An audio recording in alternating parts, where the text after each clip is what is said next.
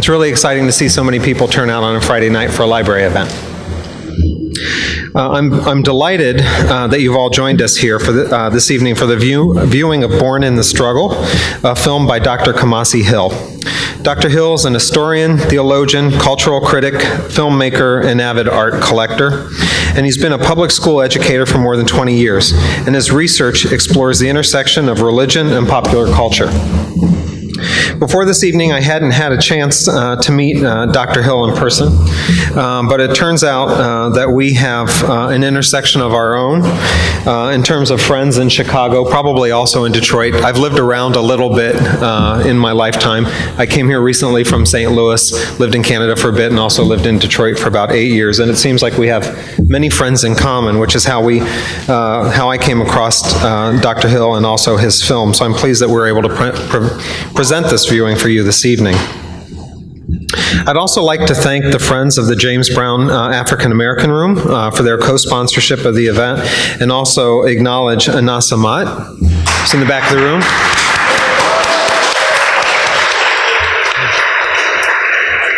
She's the chair of our Friends group and also a library trustee and a huge supporter of the library. So thank you for your support. And I'm sure that she'd be more than happy to talk to you about the Friends of James Brown after the event this evening or at any time when your interest might be piqued. With that, I think I'll turn it over to Dr. Hill for some brief remarks.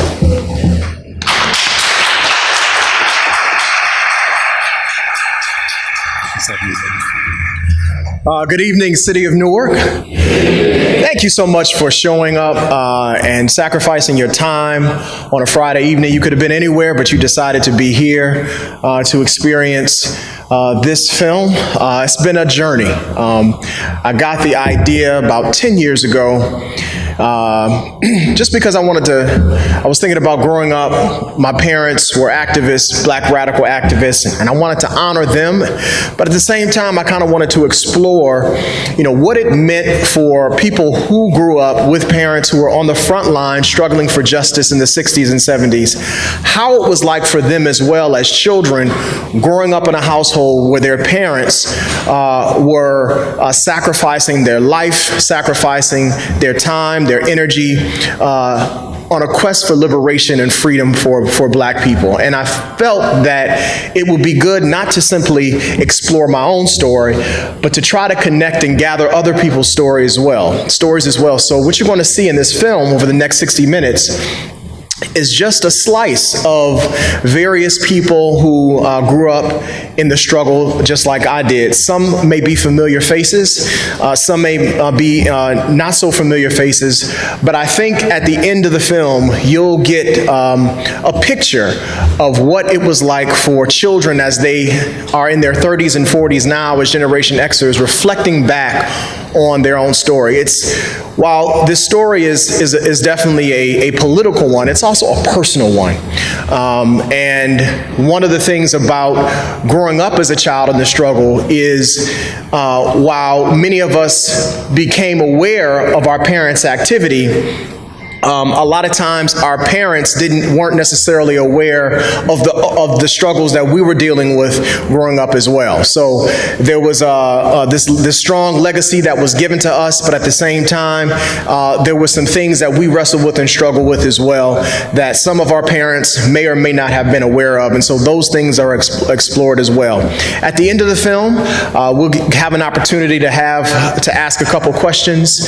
I think probably there'll be some food left over. And finally, I just want to say thank you again for showing up. And I just want to thank the Newark Public Library, all of the people who supported, who came out. Give yourselves a round of applause. Thank you so much. And the last thing I want to say is this, one of the things about being an independent filmmaker is that you don't do these types of films for money. In fact, money is the least thing from your mind. You're really trying to advocate and get a story out, to tell a story to the masses. But with that said, of course, me traveling around the country screening my film, I'm literally putting this stuff together on my own. So I say that to say, if I can give a little commercial plug, I'm selling t-shirts over there in the corner. So for $20, Born in the Struggle, you can see the t-shirts right here. Please support if you can. It just goes to help me travel and get the film out and distribute it. It doesn't go in my pocket at all. It literally just goes to help pay for my travel as I go around the country. With that said, enjoy, sit back, relax, enjoy, think, reflect, engage this documentary film, Born in the Struggle. Thank you so much.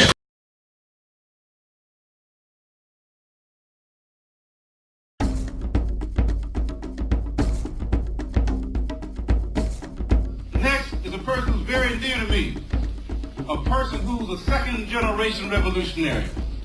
So please help me in welcoming Brother Tupac Shakur.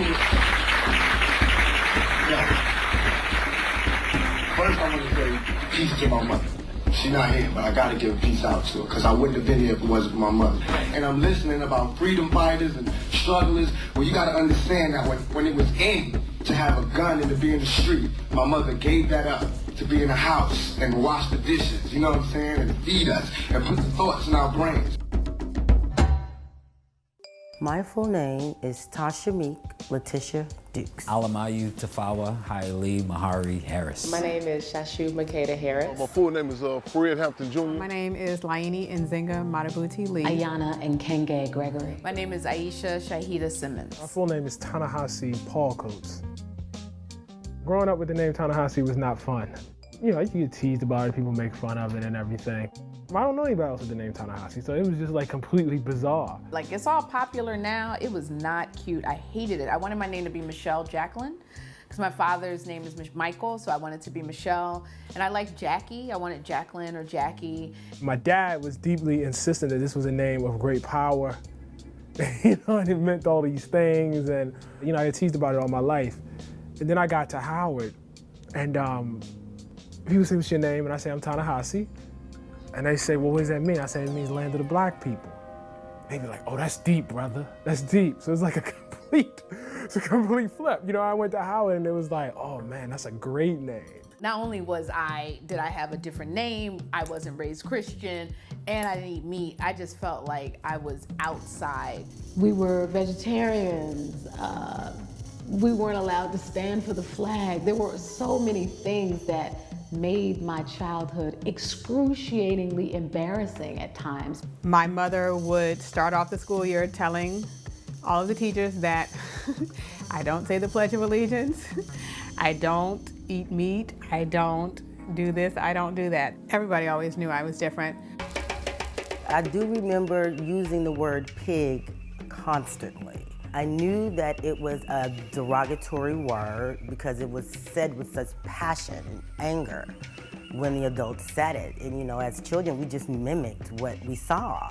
So if we were walking down the street and the police were harassing someone or, you know, engaged in some type of behavior that, you know, the people who I was with, whether it was my mother or one of the other community members, they shouted their, you know, their feelings. And of course, I'm doing the same thing, you know, death to the pig, you know. It became more apparent when I left my parents' school. My parents started schools, independent schools, about 50 years ago, so we all came through those schools. Growing up, going to the independent schools that my parents began, we were all kind of vegetarian or very vegetarian. We all had natural hair. We all celebrated Kwanzaa as opposed to Christmas. Some people did celebrate Christmas, but we just didn't know.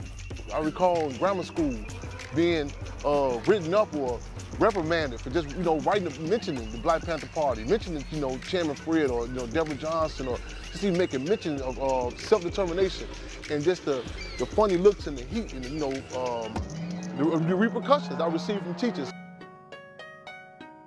I do feel that in nation building, you know, there needs to be a certain sense of togetherness so that we can work, you know, collectively and get stuff done. Now, as an adult, I understand a lot of the rationale, you know, behind the way we were raised, you know, but when I wanted the regular lifestyle when I was young, you know, wanted to be able to do what the other kids did. Throughout my life, I was like, I hate the movement. I was very clear, I hated it. I wanted a normal life. More than anything, I wanted to watch The Cosby Show. And the irony of it, one of the first black television shows that showed such a black family in a positive light, and it was awesome, and we couldn't watch it. Why? Because we couldn't watch TV Monday through Fridays. Honestly, I wasn't a child that wanted to rock the boat. I had to grow into my rebellious, liberating self. As they say, knowledge of self, but that's a deeply personal thing. That's you. You got to figure it out. This is not step 1, 2, 3. This is not a list. The struggle is within you. It's you. You have to go figure out what it means to be black.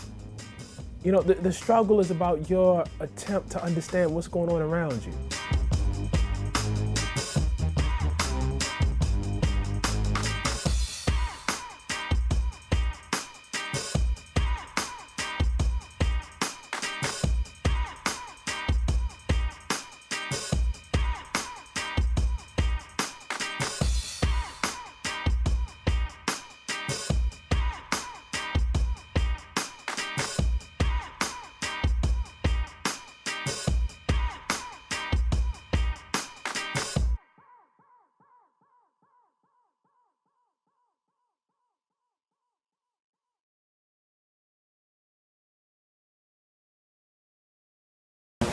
I'm appreciative of those who did share their story, and I'm appreciative of those who did not want to tell their story. And the reason why I say I'm appreciative of those who did not is because the struggle has not stopped. It continues. There are people whose parents are still in prison. There are political prisoners. There are people who are hurting. There are people who are struggling with the realities and the residual effects of putting their lives on the line. And so I understand why somebody may not want to tell their story. And I can't force anybody to do that and to make them feel uncomfortable. So I'm grateful for those who did want to. With that said, I'm ready to entertain any questions that you may have. And if you can make your question brief, so we can get in as many as possible. And please make it a question and not a statement. If you want a statement to make afterwards, you can do that, fine. I'll be here. You can talk to me afterwards. But if you have a question, please ask me that. Thank you.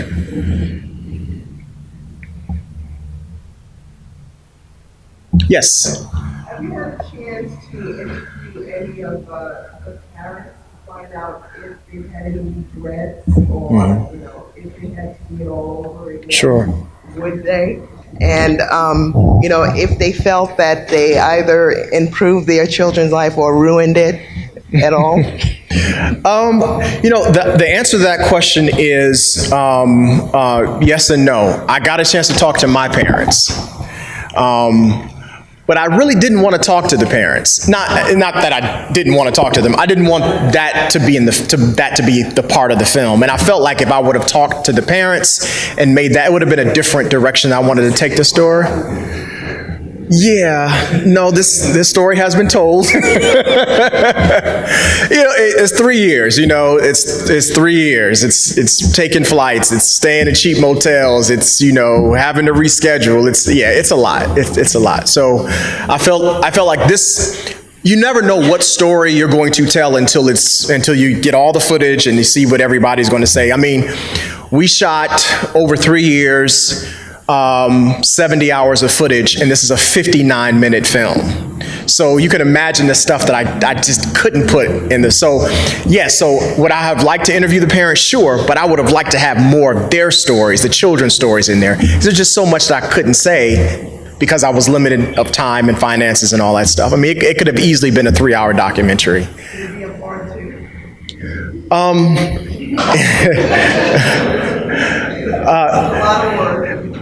Let me breathe a little bit.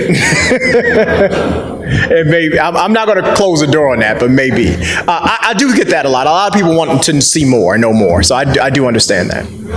Yes, thank you. Yes. So I am going to be putting it in film festivals. One of the stipulations for some film festivals is that they want to actually be the first to show it.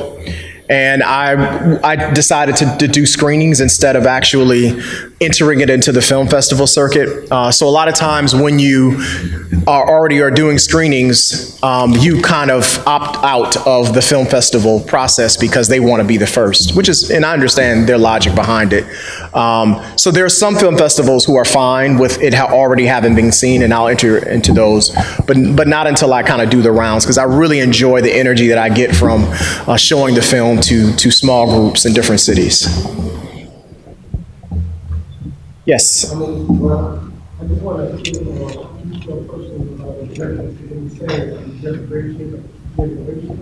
about the legacy and then accessibility of the power. Hey, we're still fighting the same thing. There's really nothing different.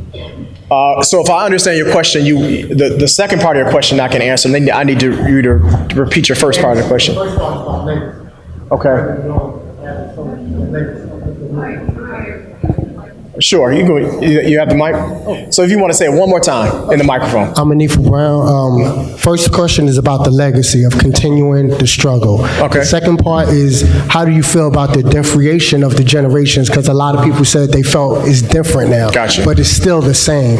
You know, I think the legacy was spoken to in the film in many ways. I think the legacy is that you see so many of the children of Black radicals who are continuing to do the work in their own way. So I think, that story is continuing to be written. But I think the legacy is clear. I'm standing here as a product of two parents who were Black radicals. And I've been an educator for the past 21 years. I've been curating our culture. I've been telling our stories. And then you see so many folks who are doing similar things in their own way. So I think the legacy is clear. And then there are people who are not in the film who are continuing that legacy as well, in their own way. So I think the legacy is apparent. All you have to do is look around. In terms of the different generations, I would say, one of the things, and Mayor Baraka can appreciate this, because when we were at Howard together, it was one of the things that I would hear Mayor Baraka say often, and that was the quote from Frantz Fanon. Our struggle is a protracted one, right? And out of relative obscurity, each generation has a mission. Either we fulfill it or betray it, right? And so that notion of each generation championing their own cause in their own way, because while the struggle continues and while there may be some similarities, there are definitely some differences, and context matters and tactics matter, right? So we have a different access to the market than our parents. You have a mayor of a major city. Our parents weren't that, that baby boom generation, they weren't mayors of major cities like that. So the context matters. So you have, as you continue to struggle, you adopt different tactics and you fight and you continue based on the circumstances and the situation that you're presented with. Yes. Thank you. I want to thank you for putting this film together as being one of those parents and seeing how our children are approaching and things that we didn't even consider. The children went along. They feelings and things of that sort were not discussed. You just do what you have to do. And I think it's not only good for the younger generation, but my generation as well. So thank you, thank you, thank you. Thank you, I appreciate that, thank you. Yes, sir.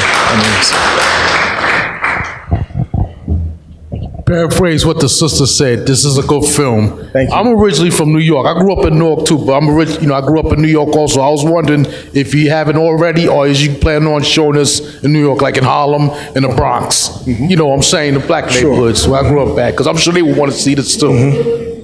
Thank you, Have definitely.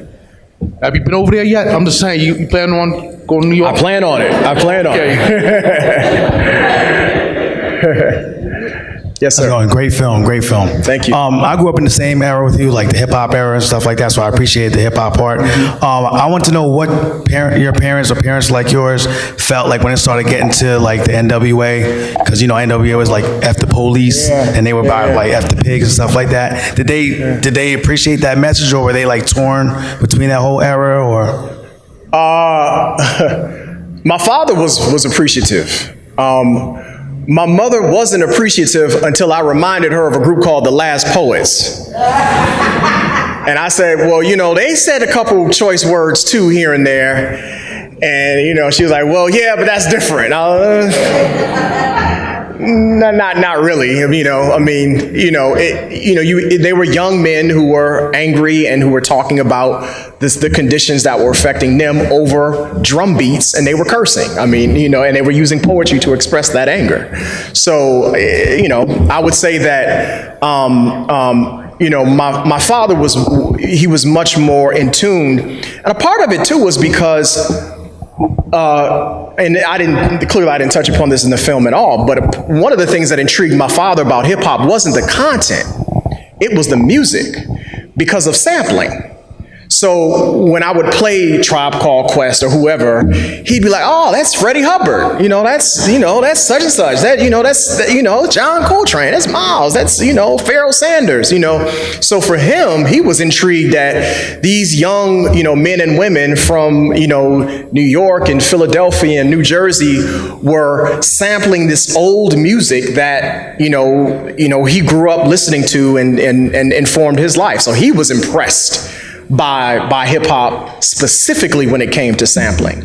My mother, it took a little bit longer for my mother to get on board. I'll take one or two more questions if you have them. Yes.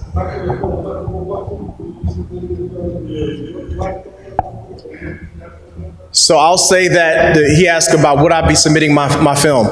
I'll say that once I do my screenings, I'm going to take a look with my 3-person team, and we're going to determine what film festivals we're going to submit it in. But I'm open to all of them.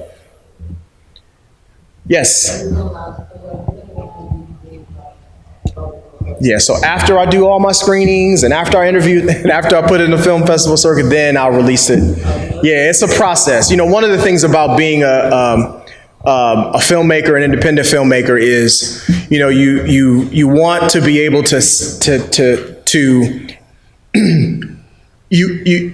I think the biggest thing for me is to have people see the film, for me engage, but also for me to learn, to become a better storyteller and filmmaker. So that when I do my next film, I've heard from people, I've learned, I've grown, I've seen the things that I could do better.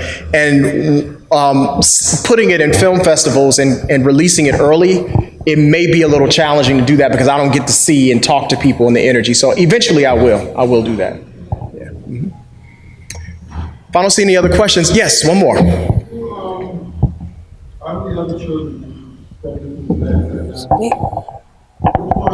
Which one of their parents affected you, or that you more aligned with? Say that one more time so everybody can hear you. Out of the children you've spoken to, which one of their parents do you feel your philosophy more aligns with, or that you gravitate towards? Wow, that's an interesting question. It took me a while to come up with that. So yeah. That's a good question. My personal philosophy, wow. I would say that growing up, listening to and being impacted by the speeches of folks in the Black Panther Party. So I would probably have to say Fred Hampton Sr. He was young, he was fiery, he was articulate, he was, of course he was taken out way, way, way too early, but Fred Hampton, he totally won me over, at least when I was growing up, as a young man. So I would say he was the most captivating, and invigorating. But as you saw in the film, I didn't get a chance to interview any of I tried to. I didn't get a chance to interview any of Malcolm's daughters, but I would have to say if it was anybody, it would be Malcolm X. Definitely Malcolm. One more question, all right.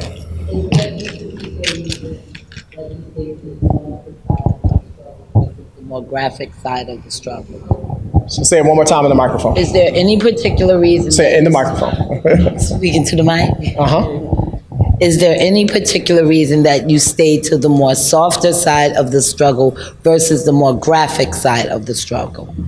The softer side of the struggle?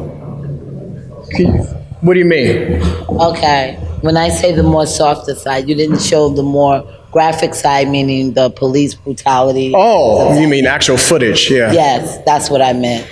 Yeah, you know, a part of that is just I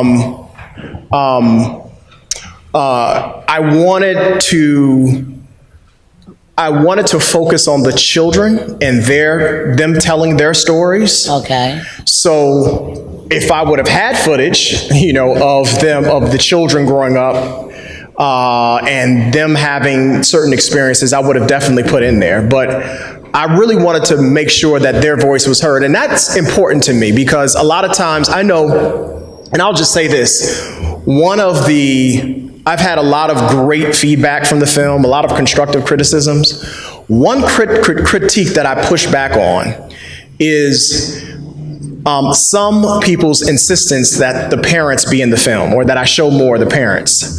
And I have to push back on that because there are books, dissertations, movies that plenty of people can see that are out there about the parents.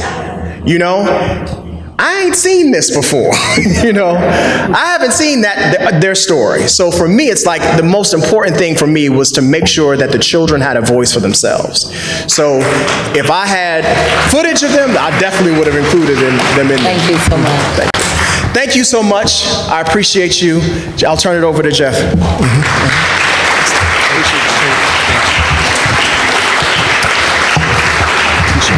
I have one more question, since I'm the MC. Sure. Where are your archives going? Have you thought about that? Howard University. All right. I tried. Not Newark Public Library. Can't convince you. All right. I tried.